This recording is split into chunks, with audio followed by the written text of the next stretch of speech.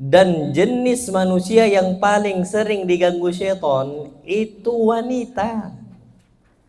Makanya kadang-kadang wanita nih, emak-emak nih bawaannya penat aja. Yang lebih sering cerewet nih biasanya bapak-bapaknya atau ibu-ibunya? Ibu-ibu. Kok bapak-bapak? Nggak ada bapak. Ibu-ibu biasanya, masya Allah. Bawaannya bad mood aja kadang-kadang. Ini biasanya itu gangguan dari apa? Syaitan. Coba perhatikan bapak ibu-ibu. Yang sering sekali wanita ini moodnya lagi betul-betul nggak betul ya, maksud betul-betul lagi kacau moodnya wanita itu ketika haid, ya kan? Nah haid ini masa-masanya wanita nggak sholat, jarang ibadah gitu, padahal bisa zikir, bisa zikir. Dan wanita-wanita ketika nggak sholat yang datang siapa? Syaitan. Makanya sering bad mood, nggak tahu ya entah kenapa kok bawaannya itu nggak nyaman, nggak tenang.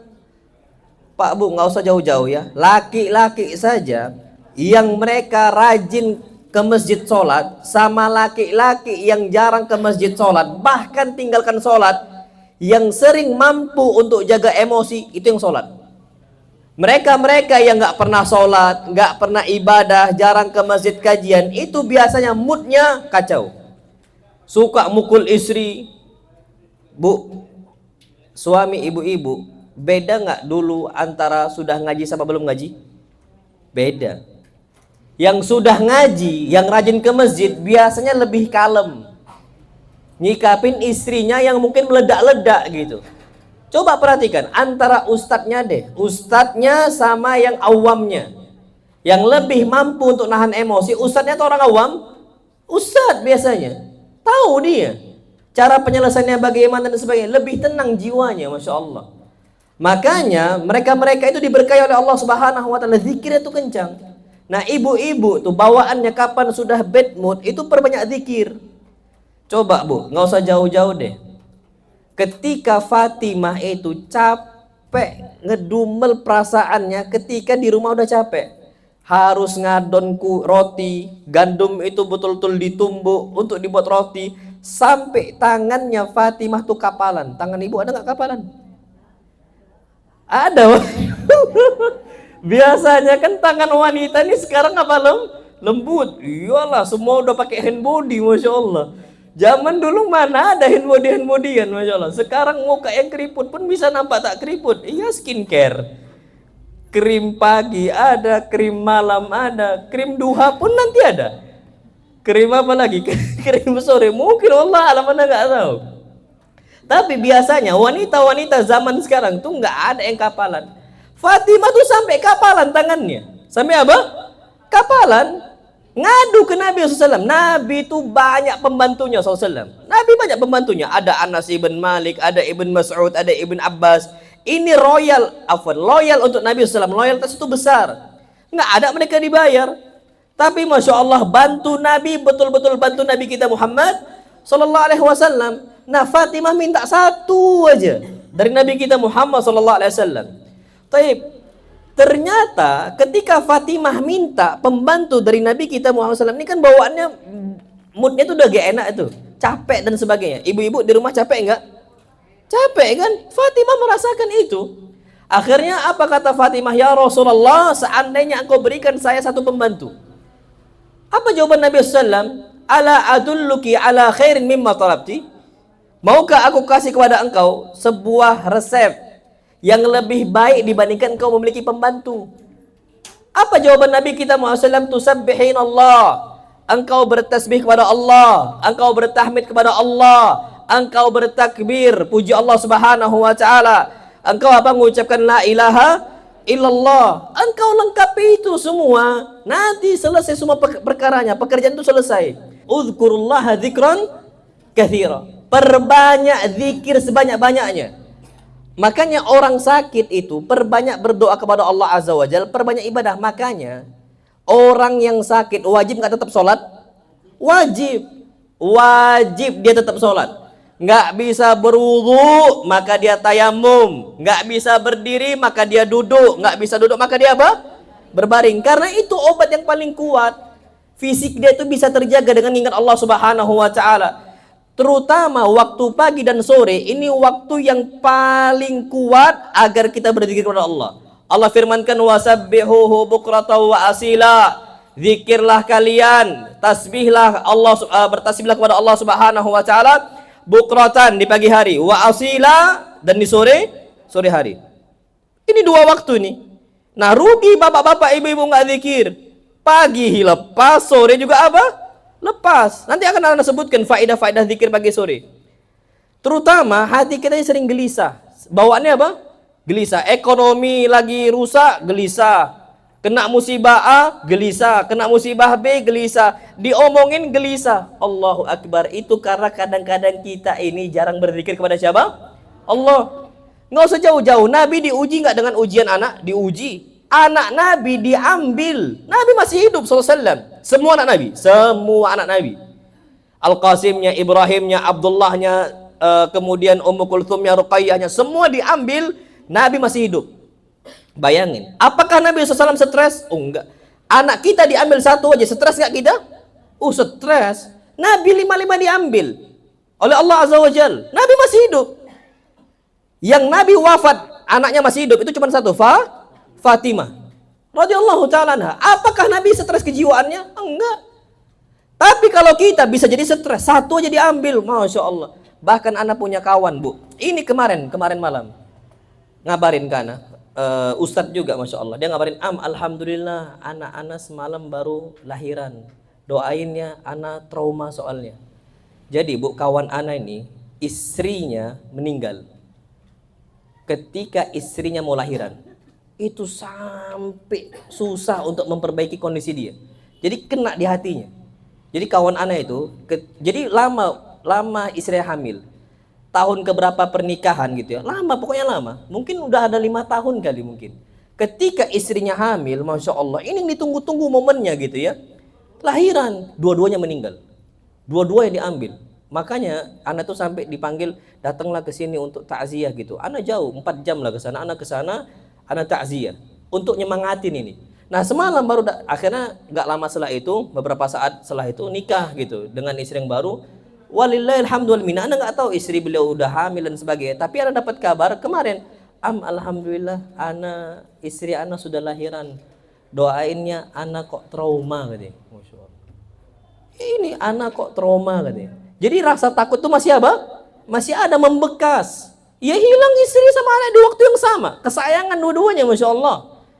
Itu ada trauma. Nabi SAW semua diambil. Istrinya diambil. Nggak usahlah istrinya. Dari awal bapak Nabi diambil SAW. Nabi lahir tanpa seorang apa? Bapak. Tanpa seorang ayah. Nggak lama ibunya meninggal. Nggak lama kakeknya meninggal. Nggak lama pamannya meninggal. Di tahun yang sama istrinya meninggal. Pak, laki-laki mana yang nggak sedih kehilangan semuanya? Yang mana mereka ini adalah yang apa? Yang nopang kehidupan Nabi SAW. Kalau anak belum siap, dengan kejiwaan seperti itu loh ya, belum siap. Tapi Nabi kita Muhammad SAW nggak pernah gila posisinya. Kenapa? Karena kuatnya Nabi SAW, interaksi Nabi dengan siapa? Allah SWT. Makanya kalau mau tenang, perbanyak zikir. Hati kita insya Allah nggak akan gelisah. Allah Subhanahu wa taala firmankan, ala bidzikrillahi tatmainnul qulub. Ketahuilah dengan hanya mengingat kepada Allah Subhanahu wa taala, jiwa kita bisa tenang. Jadi kalau bapak-bapak, ibu-ibu seringnya gelisah, berarti obatnya perbanyak apa? Zikir. Kalau orang udah ketahuan nih kayaknya nampaknya banyak gangguan-gangguan syaitannya, ya udah ruqyah dengan zikir-zikirnya. Insya Allah hilang dengan sendirinya. Jadi di dunia nggak akan gelisah. Apa kata Allah? Allah khaufun alaihim walahum yahzanun. Mereka nggak takut, mereka nggak sedih. Masya Allah.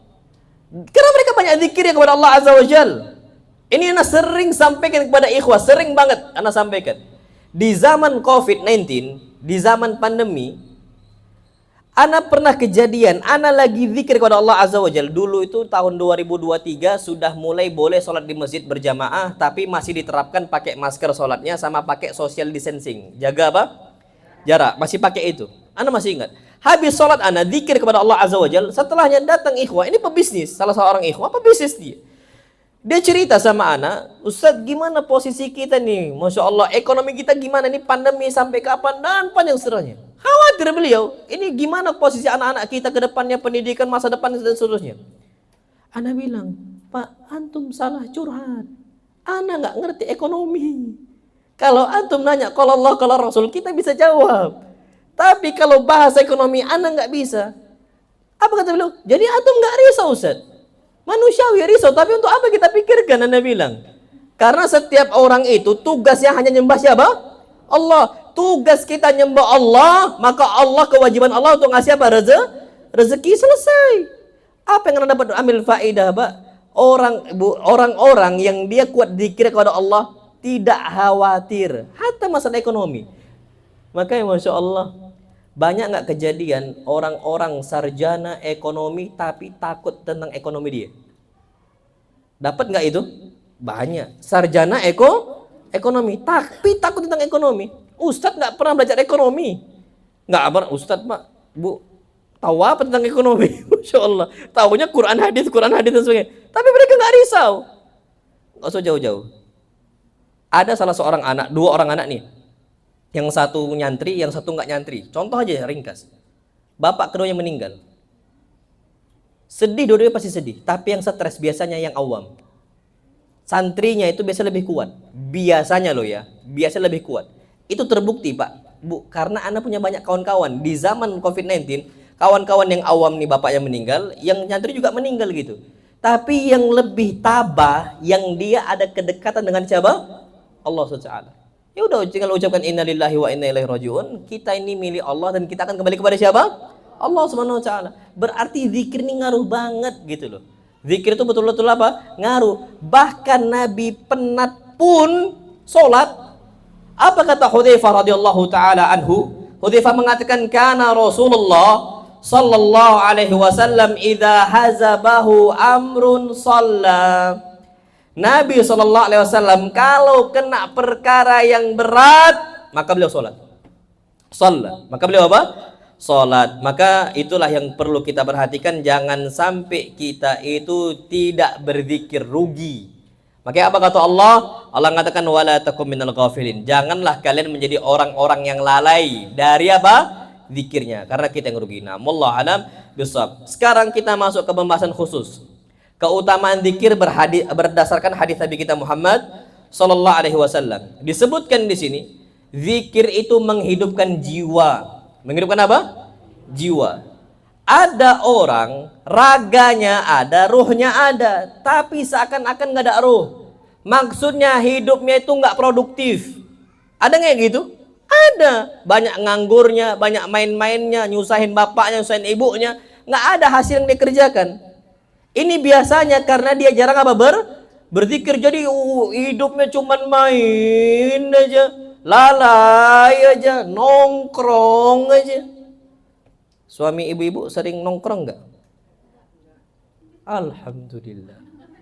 Biasanya kalau jarang nongkrong itu seringnya zikir di masjid, ikut kajian. Jadi malas untuk nongkrong lagi. Tapi yang hobinya mancing, hobinya apalagi nongkrong, istrinya ditinggal, anak-anak ditinggal. Biasanya orang-orang kayak gitu tuh jarang zikir kepada siapa? Allah. Tapi kalau orang udah rajin kajian, udah ditinggalkan ya hal-hal kayak gitu. Karena nggak bermanfaat. Karena dia berharap raga dia itu, rohnya tuh hidup. Ada istilah kami di Palembang itu, buntang berjalan atau buntang benyawu. Mayat berjalan, bangke berjalan. Itu ada istilah itu. Kenapa kok diistilahkan bangke berjalan atau bangke yang bernyawa? Karena dia nggak produktif hidupnya. Hidupnya apa? Nggak produktif. Jadi sia-sia gitu saja. Kayak nggak ada yang dia tambahkan. La fid dunya amila wala fil akhirah amil. Dia nggak beramal untuk dunia dia. Bukan masalah bisnis, bukan masalah usaha, dagang, kerja, enggak. Dan juga nggak bahas akhirat. Jadi dunia dia nggak bertambah, akhirat juga apa? Nggak bertambah. Wallah rugi. Kalau bisa dunia bertambah, akhirat juga apa? Bertambah. Dunia bertambah tujuannya untuk menambah akhirat. Jadi ustadz-ustadz juga berdagang, ustadz-ustadz juga punya usaha, kecil-kecilan nggak ada masalah. Jadi tujuan dia agar waktunya nggak kosong. Nah, orang-orang seperti ini rata-rata yang produktif itu kalau kuat dikir kepada Allah Azza wa Jalla. Makanya disebutkan, Allah firmankan, fa idza faraghta fansab. Kalau sudah luang cari kerjaan lain. Makanya santri zaman dahulu kami itu ditekankan untuk nulis to-do list. Apa? List yang mau kita apa? Kerjakan. Dan bahkan kita kebiasaan untuk journaling gitu. Journaling tuh bebas mau nulis apapun yang kita mau tulis, perasaan kita tulis dan sebagainya, semua ditulis di situ. Apa yang besok kita mau canangkan semuanya itu ditulis. Pakai hobi, kalau kita tuh hobi apa? Nulis. Ini semua itu betul-betul ada apa? Ada khutwah namanya, ada langkah-langkah yang mau kita apa? Kerjakan. Semester ini kitab apa yang mau kita khatamkan? Hafalan apa yang mau kita selesaikan? Taib Arba'in Nawawi selesai, nanti Umdatul Ahkam selesai, nanti Bulughul Maram selesai. Ini udah ada targetnya masing-masing. Qur'annya berapa juz kita hafalkan untuk semester ke depan, untuk tahun ke depan, dan semua itu udah ada. Jadi rencana jangka panjang sama rencana jangka apa? Pendek. Itu semua udah ada di situ. Karena kita ini betul-betul apa? Waktu itu produktif karena banyak ingat siapa? Allah Subhanahu wa taala. Tapi kalau orang yang hobinya main game, apa pernah kayak gitu? Wah, susah, payah kayaknya. Jarang orang-orang tuh perhatian dengan waktunya. Orang-orang yang hobinya udah lalai gitu ya, jauh dari Allah Azza wa Jal, ya hidup tuh kayak hidup di zona aman aja, zona nyaman dia aja. Nggak mau berusaha apa yang dia bisa kerjakan dan seterusnya. Makanya disebutkan Nabi kita Muhammad SAW, beliau mengatakan, "Mathalul ladzi yadhkuru rabbahu walladzi la yadhkuru rabbah." Permisalan antara orang yang ingat Allah Subhanahu wa taala dan orang yang tidak ingat Allah Subhanahu wa taala, kamatsalil hayyi wal mayyit. Permisalannya seperti orang yang hidup dengan orang yang apa? Mati. Beda. Berarti kalau kita jarang zikir, hakikatnya kita orang apa? Mati. Itu maksud Nabi sallallahu alaihi wasallam.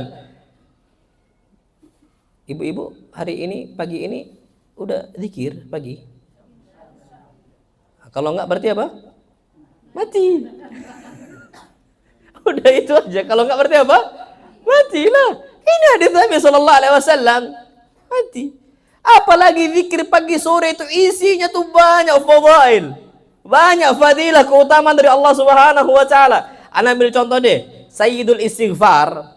Ibu-ibu tahu lah Sayyidul Istighfar. Oh, ini ada juga ini, Bu. Apa? Buku nanti zikir pagi sore. Nanti silahkan tolong dibaca ya, Masya Allah. Tolong dibaca. Nanti dibagikan secara gratis, free, majjan. Udah dikasih gratis, Masya Allah, tinggal baca doang, nggak dibaca lagi. Wallahu a'lam, nggak tahu lagi Ana. Ana pernah, Bu, Masya Allah, masuk ke rumah salah satu ikhwah. Pas masuk, Ana lihat di rak buku itu tafsir Ibn Katsir yang warna hijau itu, yang besar, Masya Allah. Habis itu di bawahnya Fathul Bari gitu ya, Masya Allah. Pas Ana duduk, Ana bilang, Pak, Masya Allah, kitab antum banyak nih, antum baca nih, nggak tafsir ini. Udah sampai mana Anda bilang tafsirnya? Kata beliau, Ustaz, dibuka pun belum katanya. Dibuka pun apa? Belum. Ana husudon ana, karena mungkin kitabnya apa? Besar. Ini kecil, Bu. Masya Allah. Masuk saku pun masuk. Jangan yang masuk saku ini cuma handphone aja. Ini buku masuk apa? Saku, bisa dibawa. Zikir kita kepada Allah Azza wa Jal. Jangan sampai sia-sia. Sayyidul Istighfar, semisal kita kalau seandainya kita baca, apa kata Nabi SAW? Kalau dibaca di pagi hari, famata min yaumihi qabla ayyumsi. Kalau dia meninggal di pagi hari, sebelum di sore hari, fahuwa min ahlil jannah. Maka dia pasti masuk apa? Surga. Enak banget. Tadi ustazah ada yang meninggal kan? Pagi hari. Kalau beliau semisal ini contoh saja, ini contoh permisal. Kita nggak pernah tahu meninggal kapan. Umur beliau berapa tahun? Oh, udah tua. 50 udah tua. Anak kira masih muda. Berapa tahun? 50 ya? Oh iya, sudah masuk lah, sudah masuk tua. Tapi 50. Nah, mungkin dari ibu-ibu ada yang lebih dari 50 kan? Tadi itu anak mau nakut-nakutin gitu kan, mau ngingetin. Anak kira tuh 40-an lah kan, ini banyak yang lebih 40 nih mungkin kan. Ya rupanya 54 gak jadi deh, Masya Allah. Tapi ala kulli hal, tapi yang namanya kematian tuh gak kenal apa? Umur. Tua, muda, laki-laki, perempuan tuh terjadi. Yang meninggal lah meninggal sudah. Dan kita nggak pernah tahu. Anak punya mertua, masya Allah ya, sehat, nggak kenapa-kenapa.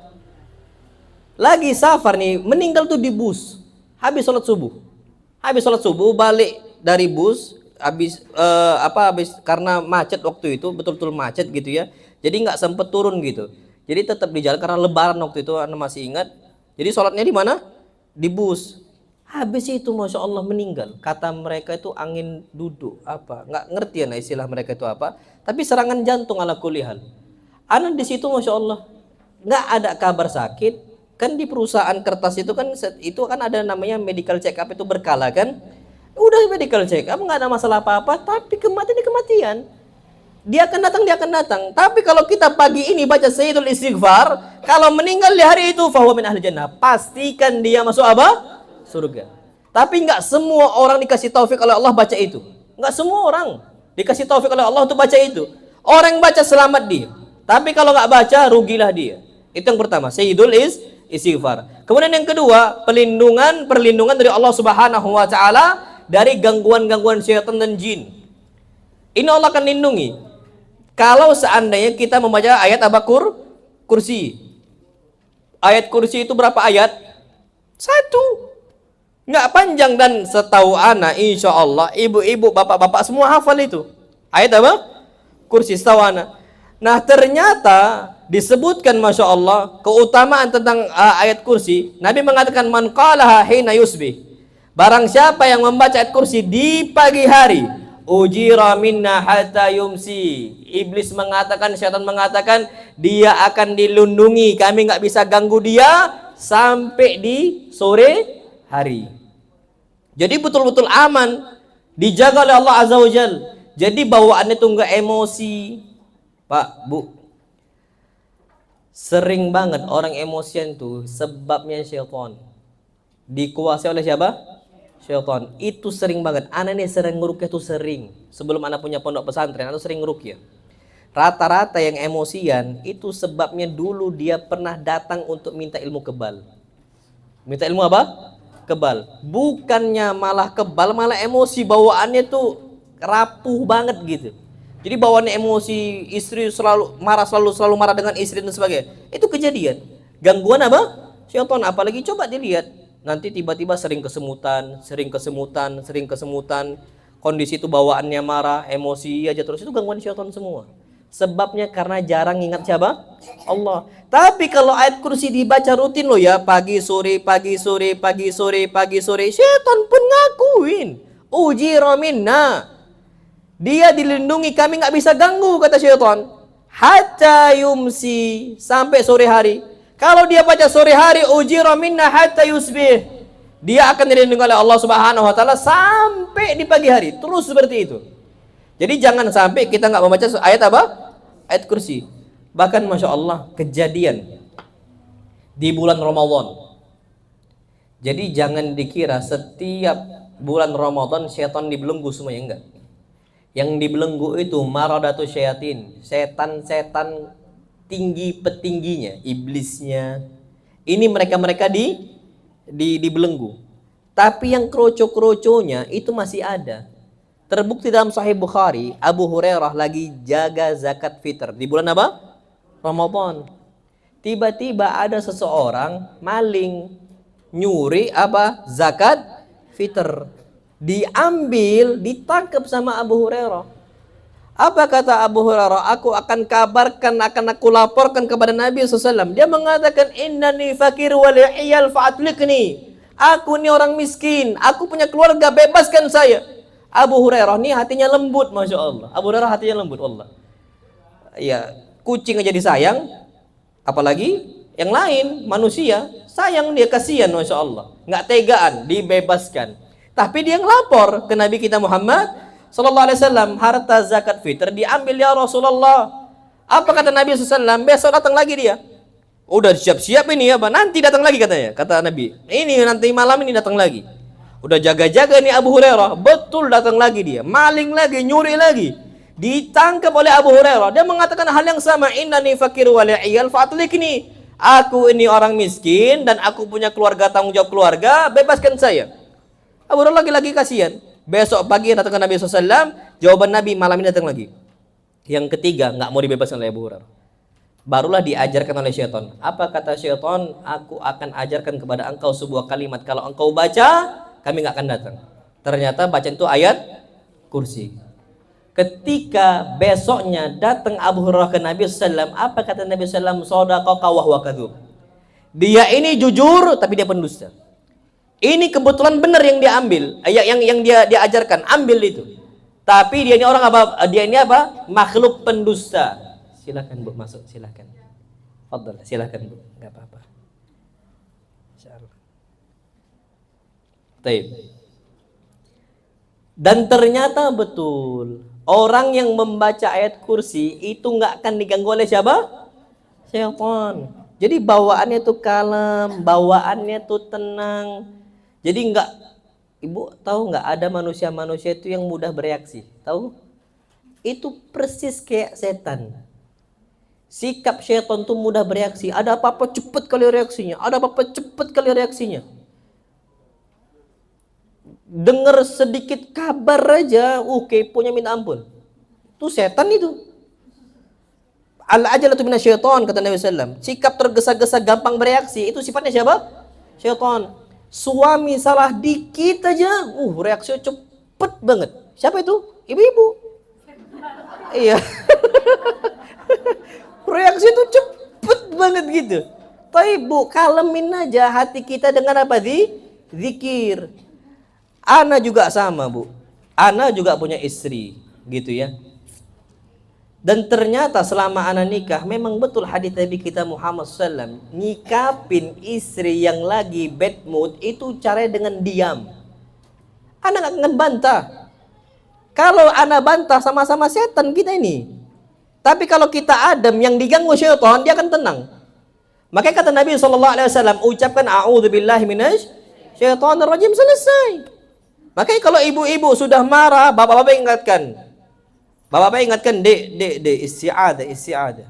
Nanti kalau bapak-bapak yang marah, ibu-ibu ingatkan, bang, isti'adah. Ucapkan a'udzubillahi minasyaitonir rajim. Pernah istri ana marah, Masya Allah. Ketika istri ana marah, ana tahu obatnya cuma satu. Keluar rumah, doa, bismillahi tawakkaltu 'alallahi la haula wala quwata illa billah. Ya Allah, saya serahkan udah istri saya kepada Engkau, sudah. Keluar anak yang awalnya bad mood balik lagi normal lagi, sudah. Cepet, perempuan tuh cepet, peralihannya cepet. Makanya anak rasa syaitan itu dia tergesa-gesa. Nah kalau bawaannya kita bereaksi itu tergesa-gesa, coba a'udzubillahi minasyaitonirrajim, baca ayat apa? Kursi. Itu insya Allah cepet banget. Dan anak udah tahu resep itu. Anak kalau dapetin istri anak agak bad mood gitu ya, anak tahu. Nggak usah dibantah, nggak usah diapain. Anak keluar, anak beli ciki. Awalnya anak beli coklat, tapi setiap marah beli coklat habis duit kita. Coba anak mikir sedikit kan, coba beli ciki ya. Anak beli ciki kan, kalau ciki sama coklat mana lebih murah? Ciki lah. Ini cuma ringkes saja ya, anak beli ciki gitu ya. Iseng aja anak. Masya Allah, awal anak kasih ciki, senyumannya lebih lebar, Masya Allah. Mungkin dia ketawa juga kan dikasih apa? Ciki, tapi selesai udah hilang. Itu sering sampai sekarang. Jadi anak udah tahu, nggak akan ada bantah. Dan itu terjadi hatta untuk istri-istri Nabi kita Muhammad Sallallahu Alaihi Wasallam. Istri Nabi juga kadang-kadang cerewet tuh keluar. Cara yang paling mudah tuh diemin. Nah bapak-bapak kalau cerewet juga, ibu-ibu juga apa? Diemin, nggak usah dibantah. Itu kita selesaikan dengan cara apa? Zikir. Ada sebagian ummahat, bang mau kemana? Jangan keluar. Sini selesaikan. Selesaikan di tempat cerai. Aku ceraikan engkau, anti talik. Udah selesai. Makanya jangan digitukan. Kalau bapak-bapak yang mau keluar, jangan ditahan. Sama ibu-ibu yang mau keluar, semisal kondisinya, semisal mau nenangkan jiwa sebentar. Tapi ibu jarang. Yang biasanya yang mau keluar tuh apa? Bapak-bapak. Kalau ibu biasanya jarang banget. Setahu anak karena istri anak nggak pernah kayak gitu. Yang keluar tuh anak untuk nenangkan diri aja, udah zikir aja. Dia zikir, anak juga zikir, selesai. Jangan dikira ustadz itu nggak diganggu oleh siapa? Syaitan. Alah, Nabi diganggu nggak oleh syaitan? Diganggu. Itu derajatnya derajat Nabi. Tapi penyelesaian Nabi dengan doa. Dengan zikir kepada siapa? Allah SWT. Lepas semua hilang. Hilang semua. Masya Allah. Pak, Bu, ada satu hadis. Gimana cara Nabi menyelesaikan cerewatan istrinya? Jadi istri Nabi pernah cerewet? Pernah. Jadi pernah kondisi Umar ibn Khattab radhiyallahu ta'ala anhu itu lagi kena beban pikiran di luar. Penat pikiran, Masya Allah. Umar ibn Khattab nggak tahu solusi. Tiba-tiba istrinya Umar ibn Khattab ngasih masukan agak sedikit cerewet gitu. Tang gitu. Apa kata Umar ibn Khattab? Mali dakhluk. Kenapa engkau itu masuk dalam urusan saya? Apa urusan engkau untuk ngurusin saya, katanya? Ya Umar, ini hanya masukan. Tapi masukan istrinya Umar kepada Umar termasuk apa? Cerewet. Umar nggak suka dicerewetin. Ketika itu langsung Umar marah. Dan istrinya mengatakan, gimana mungkin engkau marah ketika dicerewet oleh istri-istri engkau? Oleh istri engkau.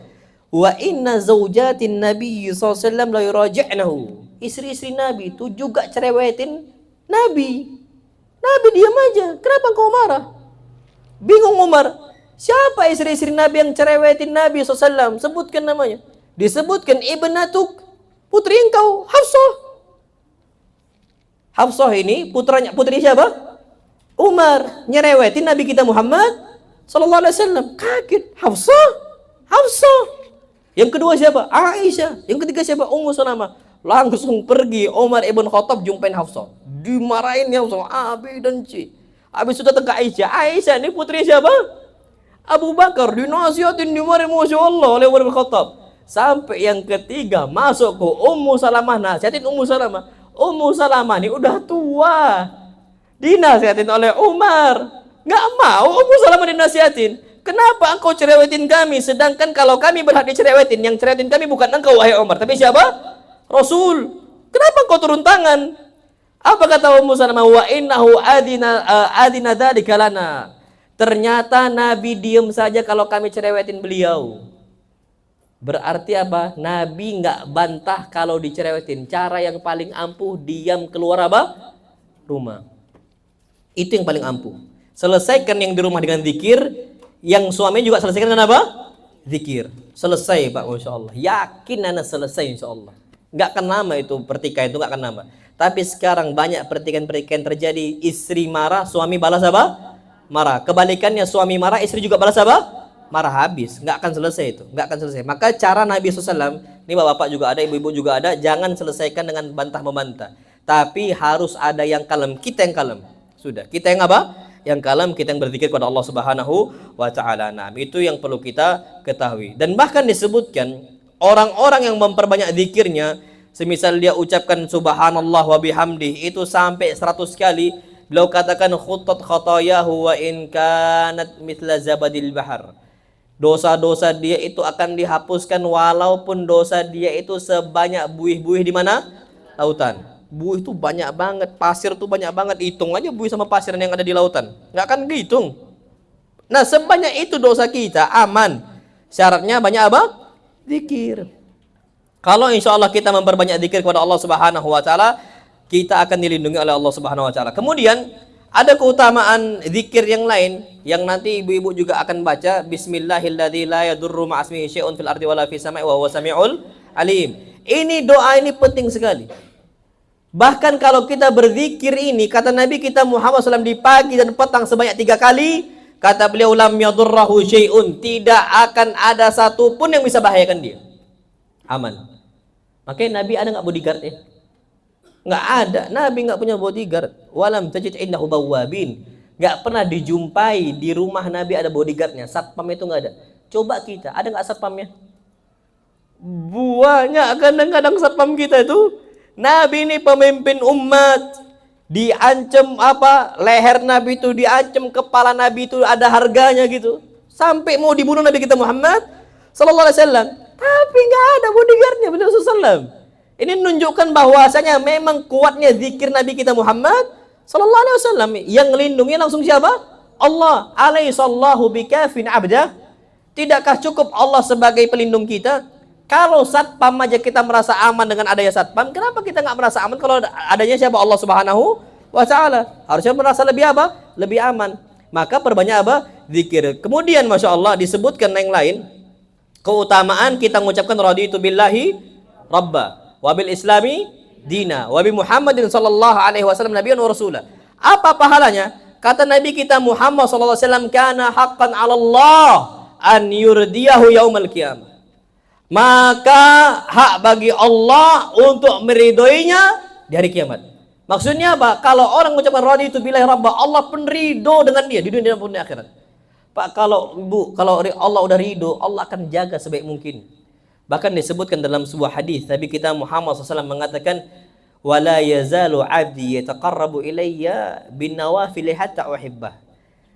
Tidaklah seseorang mendekatkan diri dia kepada saya dengan amal-amal sunnah, zikirnya, dengan sholatnya yang sunnah-sunnah ini, masya Allah, sampai saya cinta kepada dia. Fa idza ahbabtuhu, kalau saya udah cinta nih dengan fulan, kuntu sam'ahu alladhi yasma'u bih, aku yang jaga pendengaran dia. Enggak hobi ghibah. Ibu-ibu hobi enggak ngerumpi? Kok diem? Oh, sedikit. Masya Allah. Iya, biasanya kan ibu-ibu itu kan. Masya Allah ya, memang rata-rata yang hobi untuk ngerumpi itu, gosip itu, setahu rata-rata itu ibu-ibu. Setahu tuh gitu. Wallahu alam, Bu, kalau mau dijaga nih telinga kita, itu jaga amal sunnahnya. Kalau Allah udah cinta, kita nggak suka gibain orang, kita nggak suka kepo sama orang. Ini kepo nih, ini bahaya banget. Apalagi ibu-ibu itu, Allahul musta'an. Kalau ada salah seorang ummahat nih, salah seorang ibu-ibu lagi ada masalah tentang rumah tangga, manggil kawannya, Bu, sini, Mbak, sini, ana mau curhat. Saya mau curhat, tapi jangan ngomong-ngomongnya. Apa yang terjadi? Kawannya manggil kawannya lagi, Mbak sini, ada kabar. Jangan ngomong-ngomongnya. Nanti yang situ juga sama. Akhirnya muncul istilah di kita, rahasia umum. Anda nggak tahu rahasia kok umum? Ada nggak rahasia umum? Nggak ada. Tapi cuma di negara kita lah rahasia jadi apa? Umum. Sebabnya itu kepo banget dengerin apa berita orang apa sih. Masya Allah. Makanya infotainment ini nggak akan ada habisnya, karena memang masyarakat kita hobi kepo. Ini orang-orang nontonin yang infotainment ini, fulan nikah sama Allan, fulan cerai sama Allan. Betul kan? Iyalah. Yang rumah tangga orang pun pengen tahu banget tuh apa urusan. Cerai gara-gara A, cerai gara-gara B, nikah sama, untuk apa? Infotainment ini nggak akan ada habisnya. Dan infotainment yang paling laku ya di negara kita. Negara apa? Kita. Karena memang hobi kepo banget kayak gitu. Makanya yang perlu kita ketahui, kalau kita udah dicintai oleh Allah, kita akan dibuat benci untuk hal-hal seperti itu. Habis waktu, Bu. Anda nggak tahu infotainment itu berapa lama disuguhkan di televisi? Oh, ibu-ibu nggak tahu?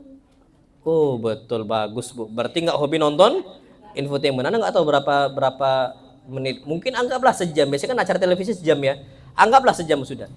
Ini kan sia-sia mubazir. Kalau bapak-bapaknya 45 menit nonton bola. Babak yang pertama, babak kedua 45 menit. Total berapa? 1,5 jam, 10 menit. Ini kan hal yang sia-sia untuk apa? Kata Allah Subhanahu wa taala, kalau aku udah cinta sama fulan, dia nggak akan suka hal-hal apa? Allah akan jaga pendengaran dia. Jadi hal-hal yang haram nggak suka. Telinga ini sering dipakai untuk dengar Quran, dengar kajian. Kadang-kadang ada manusia-manusia dengar kajian pun ngantuk. Ustadznya lagi nyampaikan, baru innal hamdalillah ngorok. Jangan ditunjuk, Bu.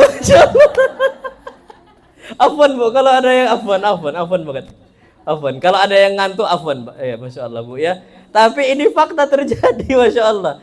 Karena memang manusia-manusia ini, Pak, Bu, yang lebih naas, kajian-kajian Ustadz itu dibuat sebagai pengantar tidur. Jadi sebelum tidur diputar, ustadznya padahal retorikanya udah berapi-api, Masya Allah, khutbah Jumat, contoh Ustadz Dr. Syafiq Riza Basalama gitu ya, diputar, ngorok, Masya Allah. Ini Ustaz Syafiq. Apa yang lagi di bawahnya? Yang cuman innal hamdalillah nahmaduhu asli. Turu kabeh udah. Tidur apa? Tidur semua. Insyaallah. Itu kondisi kita, kok benci banget dengar kajian. Males banget dengar Quran. Coba dengar musiknya, nggak tidur dia. Kalau dengar apa? Musiknya, berarti Allah belum cinta dengan kita. Jadi hal-hal yang sia-sia itu dibawa terus oleh apa? Oleh syaitan. Tapi kalau Allah udah cinta, Allah akan jauhkan. Yang kedua, wa kuntu basrahu alladhi yubsiru bih. Aku akan jaga pandangan mata dia. Ini kalau orang udah banyak zikirnya, Allah akan jaga. Jadi kondisi dia itu bisa tahu mana halal, mana apa? Haram. Kalau suami kita semisal masih suka lihat hal-hal yang haram, atau istri kita suka masih lihat hal-hal yang haram, yang Allah haramkan, sudah berarti Allah nggak cinta. Suka melihat aurat lawan jenis istrinya, semisal lihat laki-laki yang nggak Allah halalkan, atau kebalikannya, laki-laki suami tidak apa istilah melihat yang Allah tidak halalkan, itu kondisi orang-orang yang tidak Allah cintai. Gampang banget gitu. Makanya nggak usah jauh-jauh, Pak, Bu. Akhirnya kita nggak dikasih taufik oleh Allah untuk mudah ngafalin Al-Quran. Karena matanya itu udah kemana-mana. Udah lihatnya itu yang nggak bener. Nggak usah jauh-jauh. Imam Syafi'i rahimahullahu ta'ala nggak sengaja lihat betis wanita. Betisnya aurat atau bukan? Aurat betis nih. Aurat betis. Betis itu aurat. Jadi nggak sengaja lihat betis. Imam Syafi'i ini orang yang cerdas hafalannya. Kuat hafalannya. Nggak sengaja lihat betis wanita, nggak sengaja lo ya. Apa katanya? Kacau hafalannya. Bahkan ngadu kepada imamnya, Imam Waqi'. Dia mengatakan kepada Imam Waqi', syakautu ila Waqi'in su'a hifdzi. Aku pernah ngadu kepada Imam Waqi' tentang buruknya hafalan saya. Fa arsyadani ila tarkil ma'asi. Maka beliau kabarkan kepada saya, arahkan saya untuk tinggalkan maksiat. Kalau ternyata kita melihat yang Allah haramkan nggak sengaja, apakah maksiat? Enggak, aslinya enggak dosa, enggak sengaja kan. Tapi apa kata Imam Waqi'? Tinggalkan itu, kalau bisa tinggalkan. Apa kata beliau? Wa akhbarani bi anna al-ilma nurun wa nurullahi la yuhdahu asin. Dan beliau kabarkan bahwasanya ilmu Allah SWT itu cahaya, dan cahaya Allah itu enggak akan dikasih untuk orang yang apa? Bermaksiat. Tinggalkan itu. Nah, makanya sekarang bapak-bapak, ibu-ibu ini susah banget ngafal Quran. Kenapa? Karena masih banyak maksiat. Iyalah, keluar bentar, ngafal juz 30, hilang 30 juz. Masa udah 40 tahun masih hafal kulhu doang? Bu, siapa yang udah selesai juz 29? Ada hadiah nih, Masya Allah. Ada? Ada? Masya Allah. Ya ini sebenarnya gratis, nanti dari panitia minta ya Bu, insyaallah. Taib, ala kulli hal kalau ada masyaallah jazakallah khair. Semoga Allah membalas kebaikan. Tapi ala itu jarang loh ya. Tapi kalau santri mudah nggak ngafal Quran? Mudah karena dia itu dikunci. Lah, santri gimana lihat akhwat? Mana bisa? Pun kalau ada akhwat yang lihat tuh bercadar jilbab hitam, apa yang mau ditengok? Coba bapak-bapak yang ngafal juz 30 Quran di sini keluar, bukan lagi betis, setengah paha nampak. Setengah apa?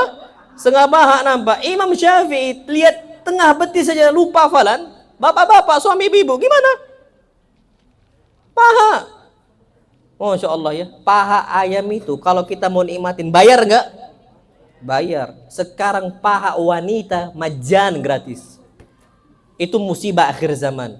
Makanya banyak orang-orang yang hafal Qurannya mudah apa?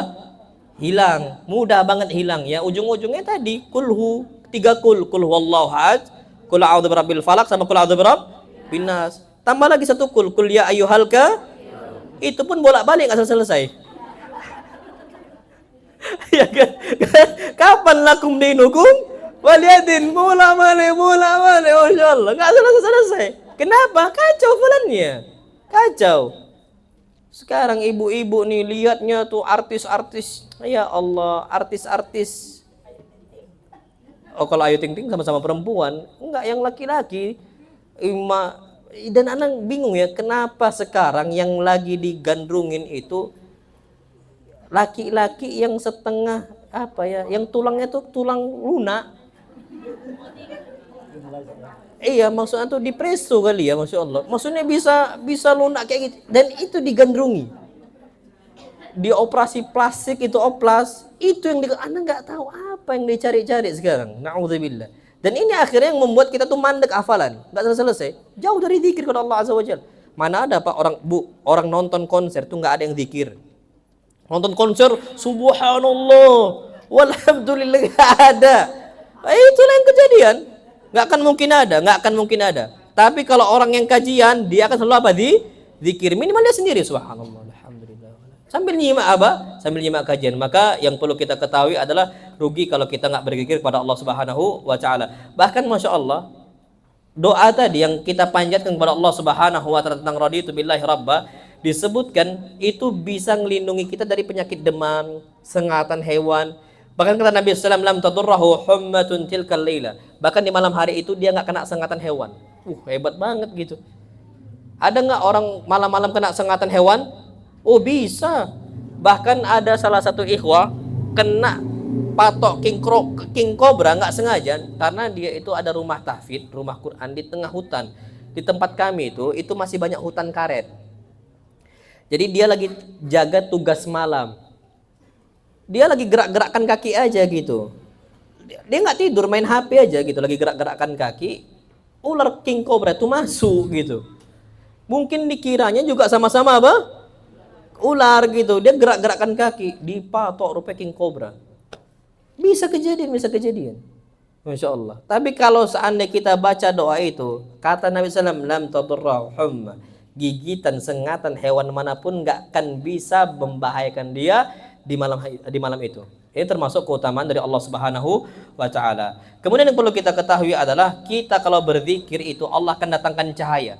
Jadi yang awalnya gelap, Allah kasih cahaya. Perhatikan Bapak-bapak, Ibu-ibu. Allah katakan, huwallazi yusalli 'alaikum wa malaikatuhu liyukhrijakum minadh-dhulumati ilan nur. Orang yang perbanyak zikirnya, Allah keluarkan dia minadh-dhulumat. Dari apa? Kegelapan, ilan nur, kepada cahaya. Gini. Contoh nyatanya, bapak-bapak, ibu-ibu ada masalah. Ustadz dan ustadzahnya ada masalah. Yang sering selesai perkaranya itu yang ustadz dan ustadzahnya. Biasanya gitu. Kenapa? Cahaya Allah itu untuk orang yang sering apa? Zikir. Bapak-bapak, ibu-ibunya masalah rumah tangga mungkin kayaknya ruwet banget, bahkan sampai sepekan nggak selesai-selesai.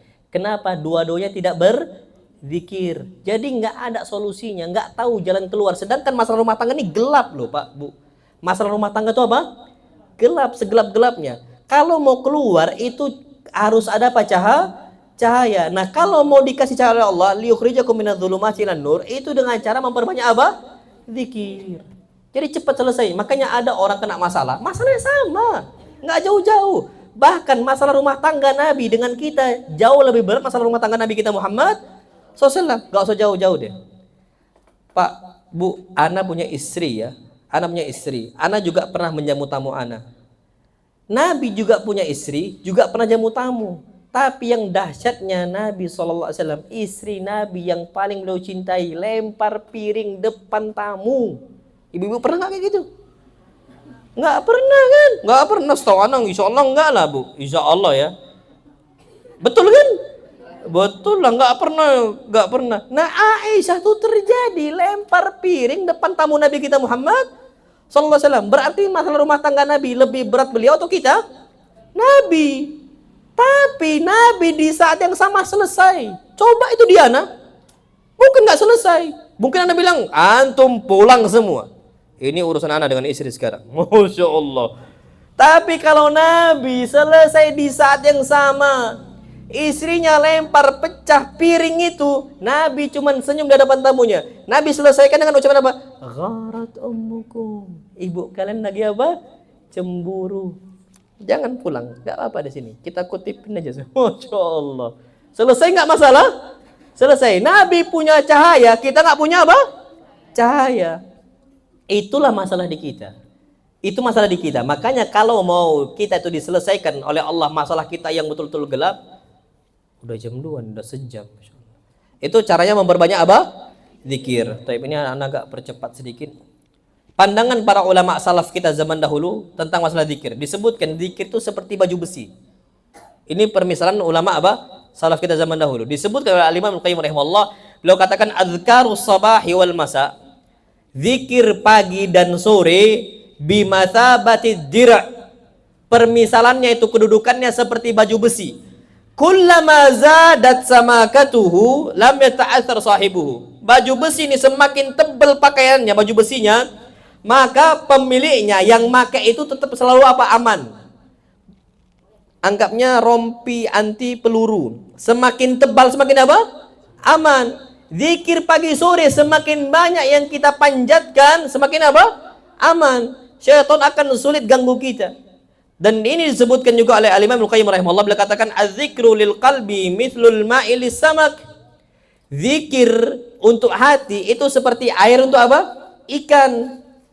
Ikan nih kalau hidup harus butuh air enggak?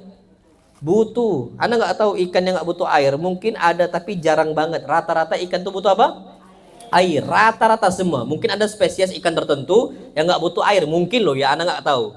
Tapi rata-rata secara umum, rata-rata semua ikan butuh apa? Air. Kalau nggak mati dia, mati. Nah kita nih, kalau nggak ada zikir mati kita. Jadi kalaupun masih hidup, tapi rohnya itu udah kayak mati aja. Kayak nggak ada gunanya kayak gitu. Itu karena nggak berzikir kepada Allah Subhanahu Wa Taala. Fa kaifa yakunu halu samak idza faraqal ma, kata Ibnu Taimiyah.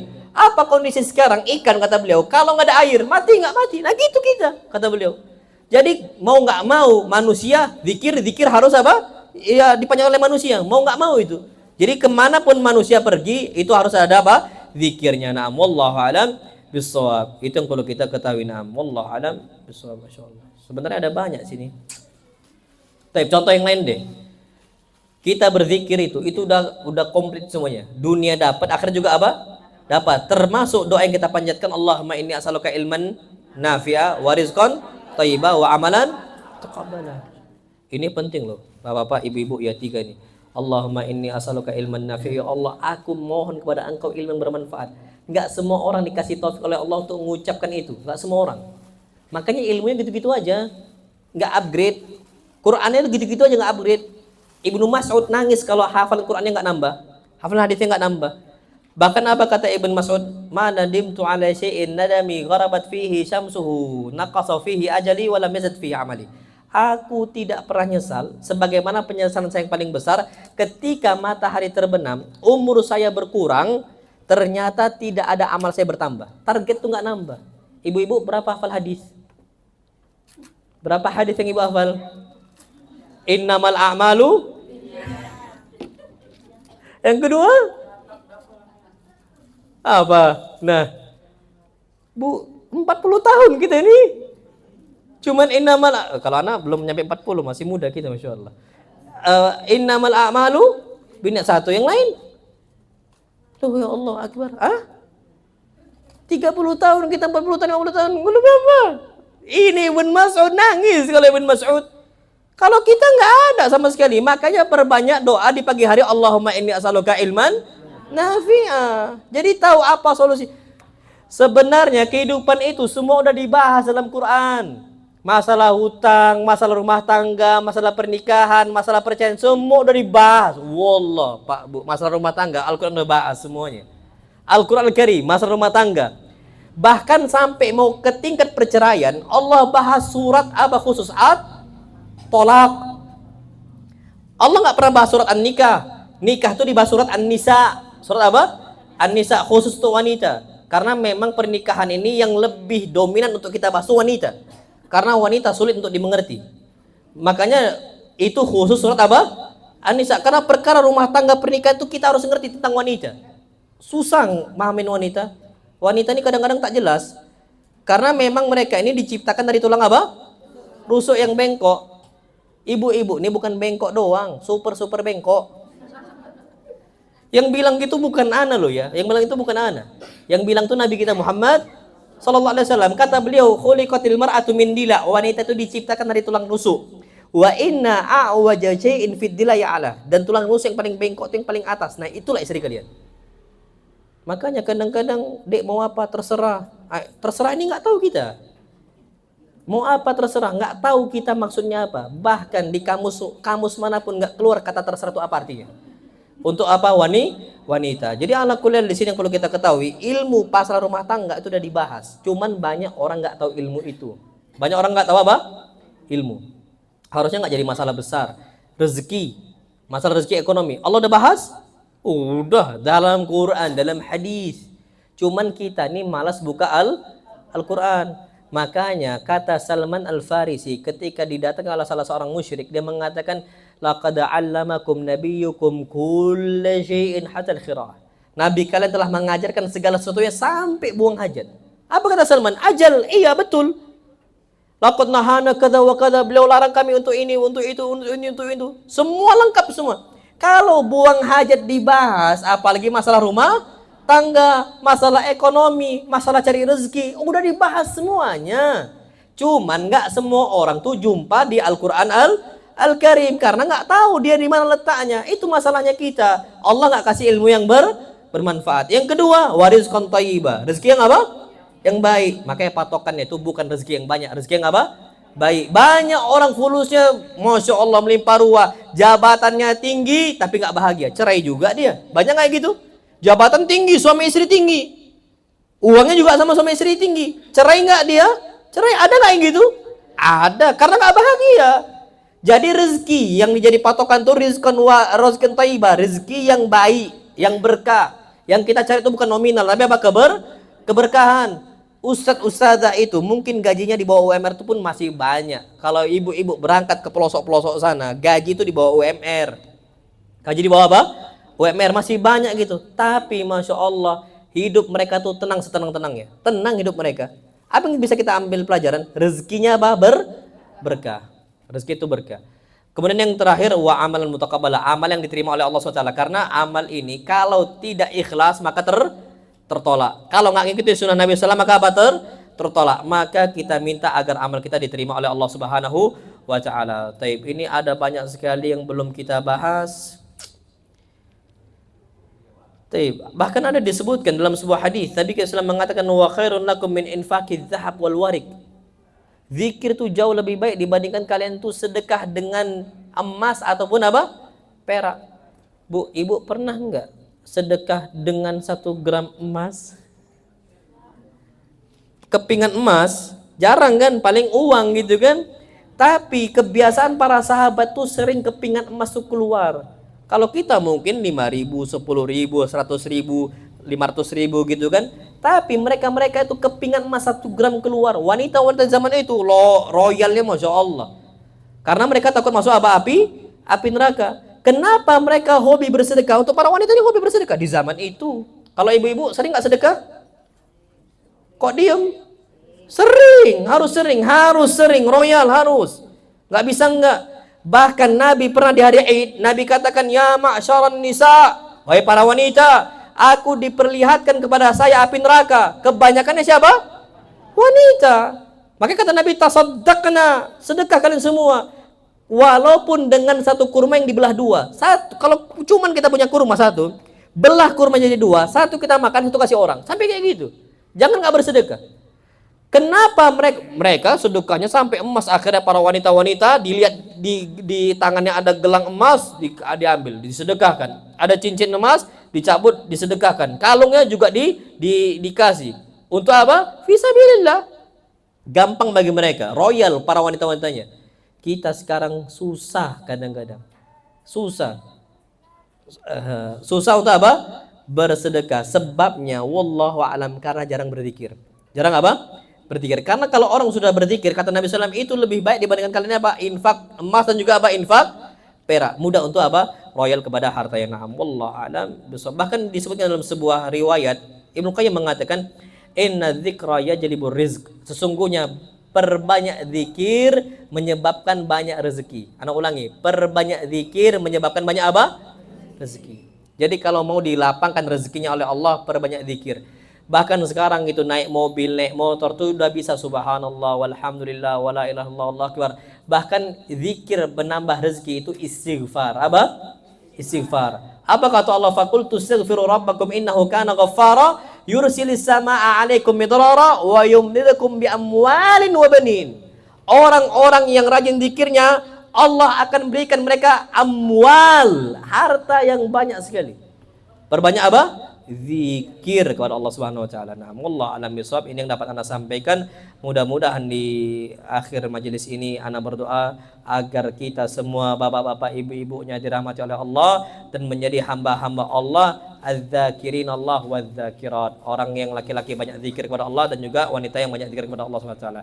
Amin rabbal alamin. Ada enggak pertanyaan bapak-bapak, ibu-ibu? Silakan. Oh, ada. Nanti ini buku ini, Pak Bu, ini gratis ini, Masya Allah, dari Rumah Quran Raudhah. Tolong nanti dibaca, baca pagi sorenya. Batas waktunya kita baca zikir pagi itu jam berapa? Sampai syuruk, Bu. Kalau pagi sampai syuruk, sampai waktu syuruk gitu, sampai matahari terbit. Kalau seandainya sore itu sampai matahari apa terbenam. Tapi sebagian para ulama mengatakan gimana kalau kita ini belum sempat, ba'dal maghrib pun boleh. Gimana kalau seandainya pagi belum sempat sampai syuruknya, maka ba'da syuruk juga apa? Boleh, insyaallah. Nah, wallahu a'lam bishawab. Mungkin dibagikan dulu, silakan, boleh. Dibagikan dulu.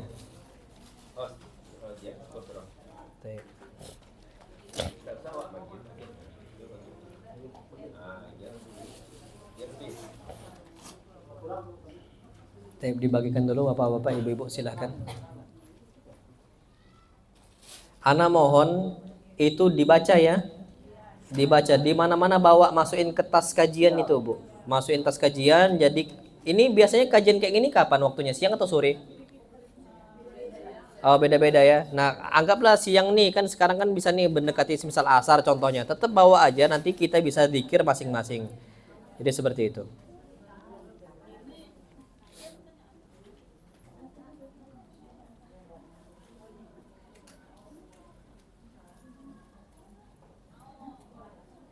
Kak, pada pertanyaan yang lu kertas ya, boleh?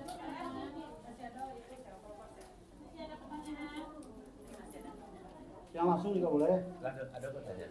Ada nih, Pak. Ya, kalau udah tenang boleh jawab ya. Udah selesai nih, bagi. Tapi sudah dibagikan ya. Kalau udah dibagikan kita lanjutkan lagi insyaallah. Silakan buka aja. Baik.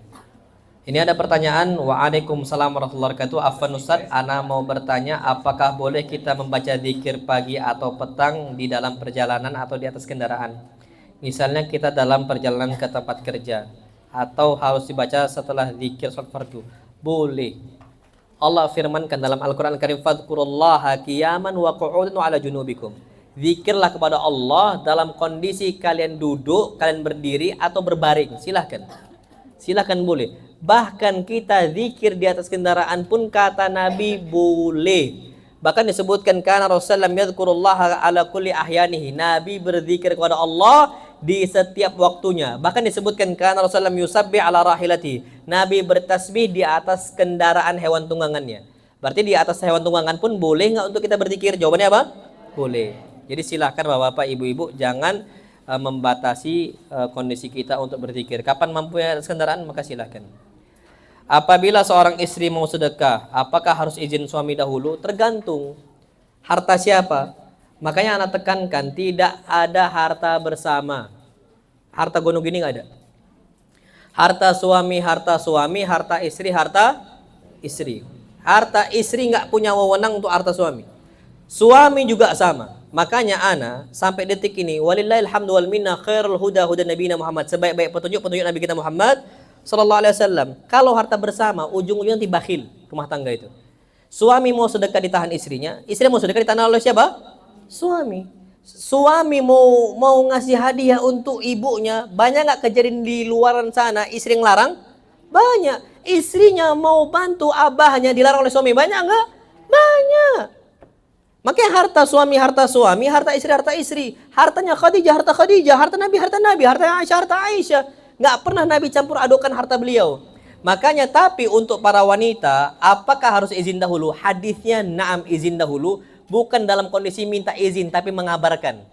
Kenapa? Karena itu bentuk agar suami itu ridho kepada kita.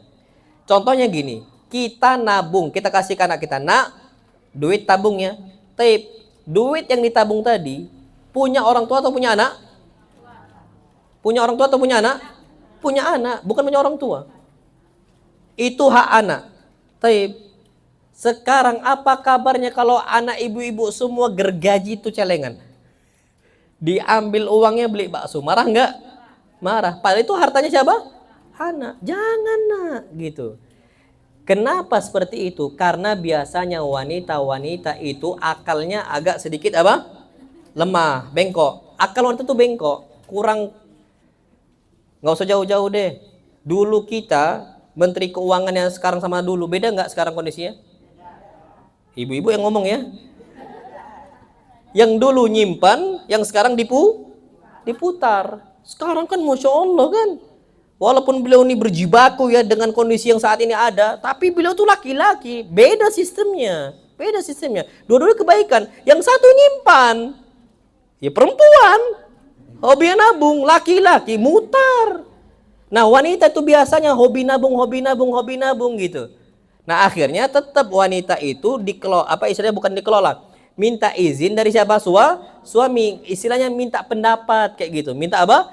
Pendapat. Wa illa suami jangan halangi. Anda nggak pernah. Karena harta istri harta suami. Mertuana meninggal. Rahimahullah. Mertuana piliang. Meninggal rahimahullah. Mertuana juga sama kayak Ana. Bapaknya Minang, ibunya apa? Jawa. Sama Ana juga sama. Bapak Ana Minang, ibu apa? Jawa. Makanya Ana di Padang nggak diakui, di Jawa nggak diakui. Karena kan nasab kalau di Padang tuh kemana? Ke ibu kan? Ibu Ana Jawa. Kalau di Jawa nasab tuh kemana? Ke bapak. Bapak Ana di Padang nggak diakui. Jawa juga nggak diakui. Tapi alakul nggak apa-apa walaupun nggak diakui. Mertua Ana meninggal rahimahullah. Bagian untuk istri Ana termasuk besar waktu itu, ratusan juta. Ini cerita sedikit ya. Istri Ana ngomong, bang, ini duitnya apa dibalikkan lagi ya ke mama ya? Ana bilang balikkan. Pahala insya Allah berkali-kali lipat. Satu pahala sedekah, yang kedua pahala berbakti kepada orang tua. Balikkan. Coba harta bersama. Oh jangan dibangun rumah gitu kan. Tapi Ana enggak. Karena Ana tahu sepeser pun itu bukan duit Ana. Enggak mau Ana. Dek, sedekah dek. Makanya mulai sekarang ibu-ibu konsepnya harta suami harta siapa? Suami, harta istri harta siapa? Istri. Sekarang di Indonesia lebih ngawur. Harta suami harta istri harta istri. Kasian banget suami. Masya Allah. Nabi akhirnya mau beli apa? Izin. Beli apa? Izin. Nabi bangun masjid nggak ada izin. Nabi wakaf semua nggak ada izin. Wakaf Nabi sholat. Nabi orang kaya. Nabi punya kambing banyak, nggak izin dulu ke istrinya.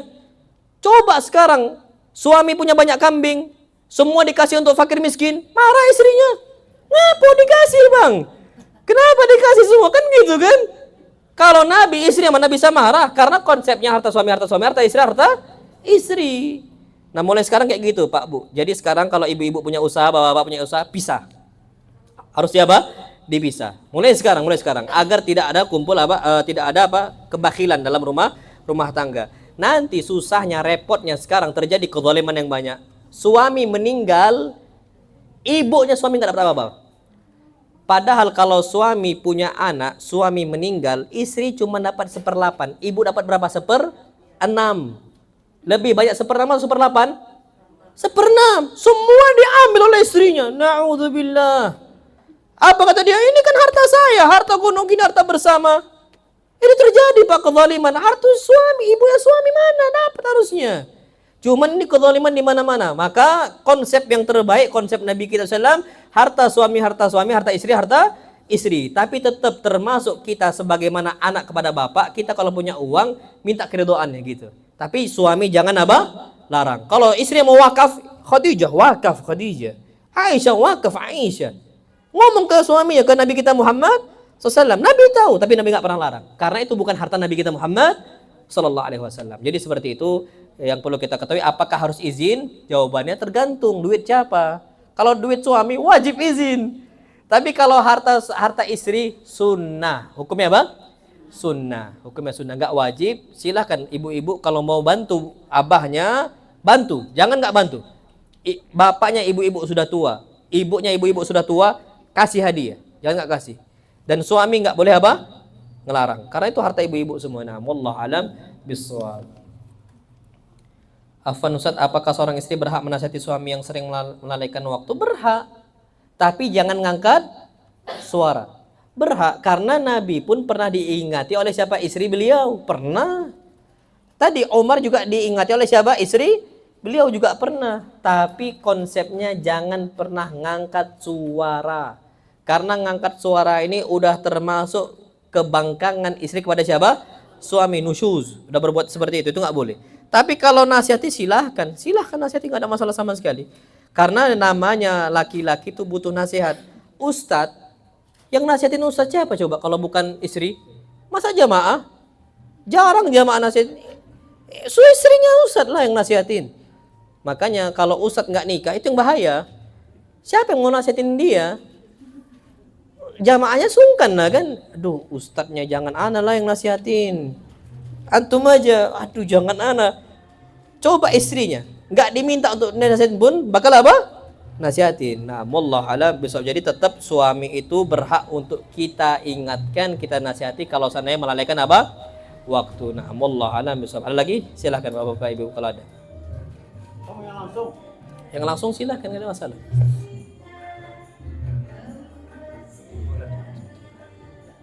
Ayo silahkan Bu. Petak ini kan ada juga yang 4 surat gitu ya. Ayo. Bagusnya yang kalau 4 surat itu kan lebih banyak lagi baca-bacaan. 4 surat yang mana nih Bu? Yang 4 surat misalnya yang berzikir pagi sore juga. Maksurat. Maksurat itu ada yang ini, maksurat itu ada yang dhaifnya. Maksurat itu ada yang dhaifnya. Usahakan setahu ana itu punya Hasan Al-Banna. Itu ada dhaifnya. Karena kita buka itu ada dhaifnya yang pasti sahih yang betul-betul sudah difilter yang di ibu-ibu. Ya, nah yang itu. Karena al-maksurat itu ada riwayat-riwayat yang apa? Yang dhaif, yang tidak disebutkan secara sahih dari Nabi kita Muhammad sallallahu alaihi wasallam. Jadi cukup dari yang itu insyaallah sahih semua. Itu udah sahih semua udah. Ya udah lengkap itu, udah difilter. Fadhil yang lain silahkan ibu-ibu sama-sama Bu. Ada lagi?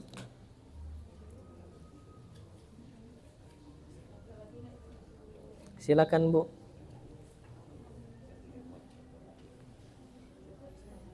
Cukup? Ayo silakan Bu.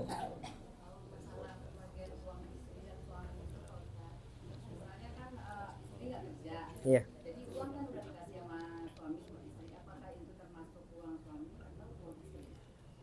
Istri nggak kerja terus?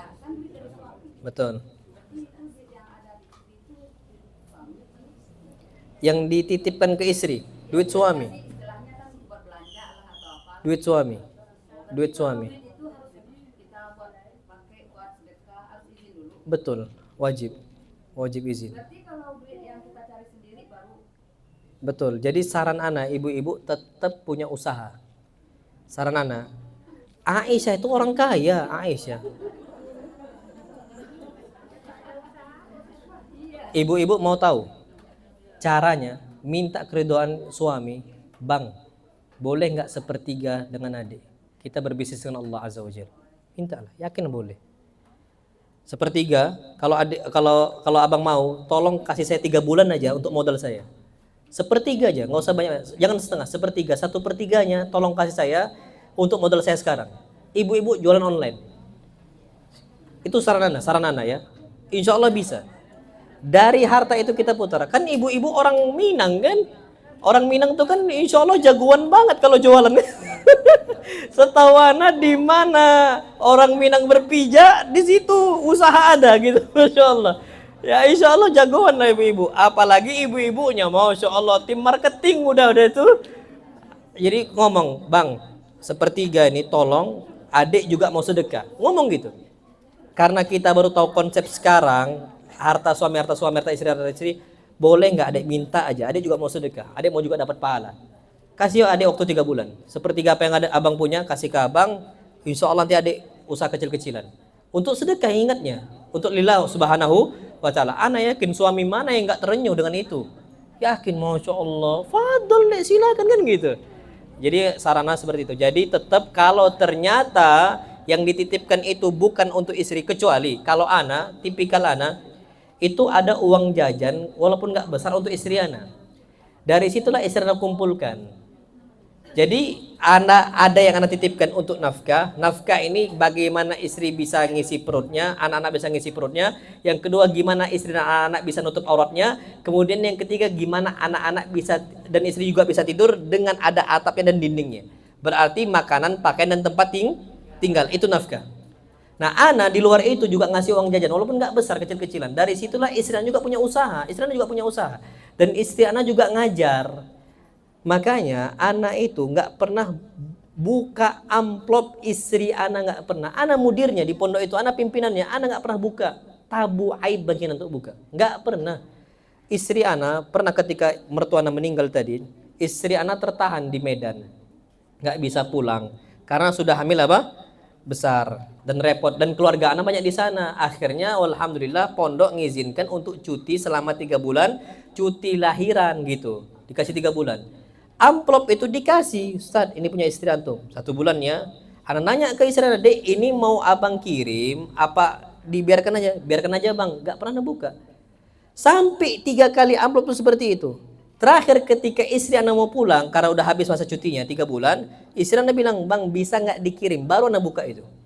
Anak jujur aja, karena tabu bagi anak makan duit istri.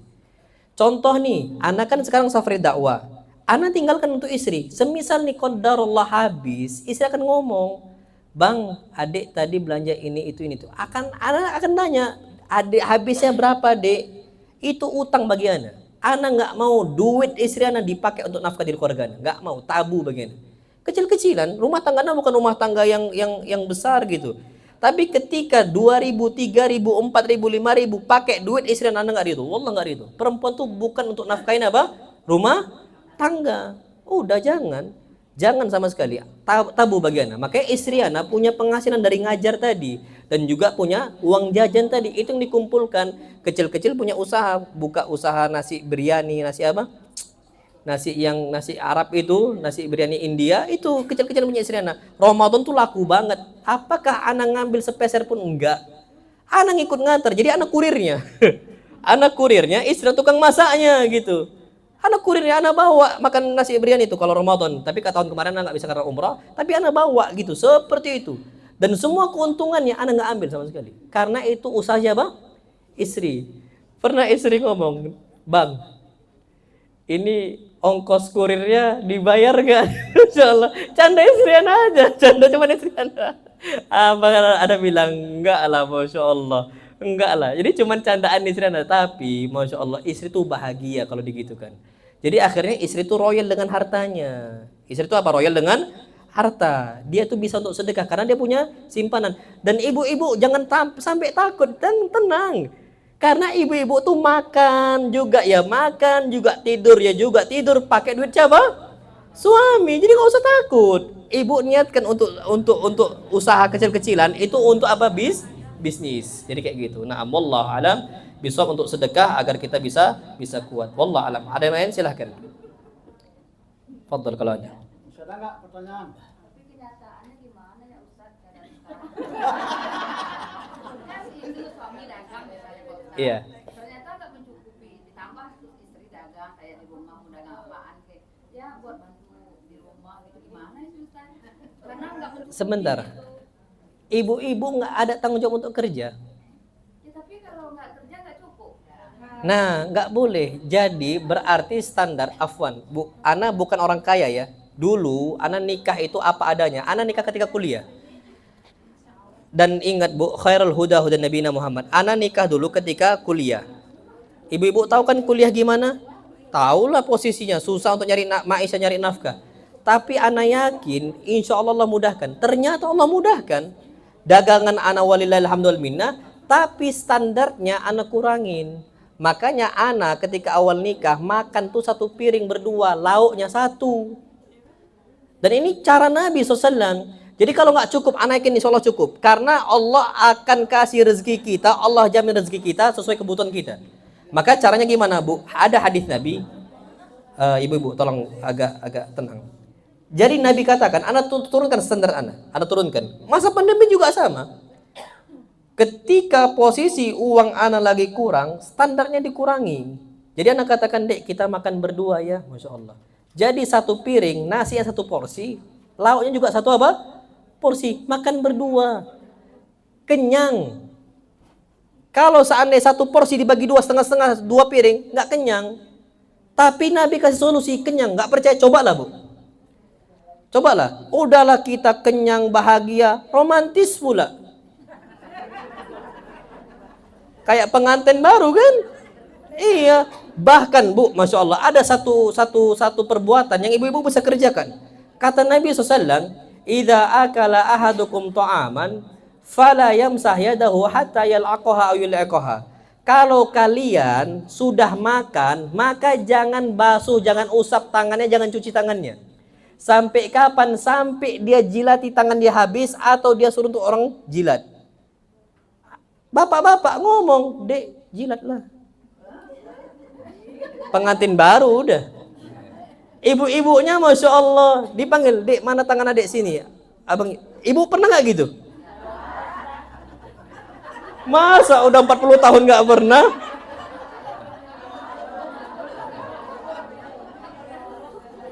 Tapi itu kejadian, ibu-ibu makin romantis. Cobalah nanti. Makanya di rumah nanti beli nampan dah langsung. Nanti habis ini beli nampan, makan berdua. Percaya sama Ana, ekonomis, bahagia, romantis. Yakin Ana? Masya Allah. Tapi ini berlaku cuman suami istri ya. Jangan sampai jamaah atau ibu-ibu sama ustazah lagi makan, ustazah, faddal. Jangan. Ibu-ibu dengan siapa suami, jangan ke ustazahnya, sama aja bapak-bapak ya, jangan ke ustaz. Masya Allah, faddal, rendang ini ustaz. Serendang-rendangnya rendang, nggak ogah gitu, Masya Allah. Nggak mau, tapi itu yang perhatikan. Jadi ala kuliah itu yang Anda terapkan, cukup Bu. Anda ini dari keluarga berkecukupan gitu ya. Cuman karena anak kebiasa di pondok, Anda nggak mau dibantu sama abah Anda nggak mau. Tabu bagi Anda. Abah Anda bantu untuk kondisi ekonomi Anda, rumah, nak butuh nggak bapak kontrakkan rumah? Nggak mau. Sampai masa pandemi, Anda masih ingat rekening Anda harus digabungkan duitnya untuk biaya listrik. Abah Anda nelpon, nak cukup nggak duit? Anda ngomong cukup.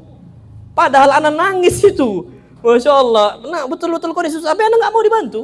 Sudah Bismillah ya Allah, gitu. Tapi ternyata Allah bantu, selesai. Makanya sekarang gimana faktanya? Tetap praktekkan hadis Nabi, praktekkan cara Nabi, harta suami, harta istri. Dan saran anak istri itu nggak boleh, jangan bekerja. Yang bekerja siapa? Suami. Nanti timpang Bu. Percaya sama anak timpang. Kenapa timpang? Karena akhirnya istri merasa berkuasa. Saya loh yang nafkahi rumah tangga kamu. Nah itu muncul nanti. Terus gimana? Ibu silakan bekerja. Hasil kerjaan ibu itu mutlak punya ibu-ibu. Mutlak punya ibu-ibu, jangan diganggu. Nah, Ana permisalkan untuk kami itu berkebun karet. Kalau di tempat kami itu kebun apa? Karet. Jadi satu kebun nih, semisal 1 hektar nih, suami istri yang bekerja. Ana bilang, akadkan dari awal. Istri ikut nako, nyadap. Nah, Anda nggak tahu istilah di sini apa? Kalau sawit kan dodos tuh. Kalau karet kan nako atau nyadap atau apa. Nah, Anda nggak tahu ibu-ibu di sini. Tapi Anda bilang, akadkan dari awal, Pak, Bu, jangan sampai tengkar nanti. Ibu-ibu ikut nako, ikut nyadap itu, tanyakan itu termasuk bekerja. Kalau bekerja, kasih ini upahnya. Atau mimbabil ihsan, atau cuman membantu. Tapi saran Ana, kasih upah, saran Anda. Karena memang istri itu nggak wajib apa? Bekerja. Kalaupun nggak cukup rumah tangga, turunkan standar kualitas kita. Makanannya cuma tahu, tempe, nggak apa-apa. Lah pondok aja sering banget kok. Bahkan pernah nasi pun cuma sambal doang, tambah kerupuk. Makanya yang penting pondok itu penting Bu, Pak. Kalau bisa anak ibu-ibu tuh pondokkan lah. Jadi tahu kondisi hidup tuh susah. Bahkan disebut oleh Umar bin Khattab, waqshawshinu. Hiduplah kalian kan dalam kondisi gaya hidup orang susah. Makan tuh kadang-kadang dipentingkan untuk merasa susah gitu. Nggak semua orang bisa seperti itu. Jadi ala kulli hal saran Ana tetap ibu-ibu bekerja, tapi hasil pekerjaannya mutlak punya siapa? Istri, punya istri, jangan bebankan. Terus gimana untuk anak-anak sekolah pendidikannya? Turunkan kualitasnya atau cari sekolah yang jangan sampai biayanya itu apa mahal. Udah gitu aja sudah. Insya Allah bumi Allah ini luas caranya. Itu yang anak terapkan sampai detik ini. Sampai detik ini itu yang anak terapkan. Dan anak bahagia. Istri anak kapan sedekah, anak tuh bahagia banget gitu Insya Allah. Karena istri selalu ngabarkan, bang adik kasih ini ya. Ngabarkan selalu, anak tuh bahagia. Dan anak gak pernah larang. Kebalikannya, anak sedekah, tapi anak gak pernah ngomong ke istri anak. Tapi kalau istri anak tahu, udah gitu aja. Itu yang perlu kita terapkan. Na'amullah alam bisawab. Ada lagi gak Pak? Silakan ibu-ibu. Habis. Di sini kita bahas zikir, pertanyaannya rumah tangga. Tapi memang materinya memang anak sudutkan ke rumah tangga. Karena seringnya orang ini rumah tangga tuh ribut. Karena jarang apa berzikir. Jadi seperti itu. Allah. Ya paket komplit Masya Allah. Habis ya. Kalau habis kita tutup sampai sini, yang benar datangnya sudah Pak apa gimana? Hah?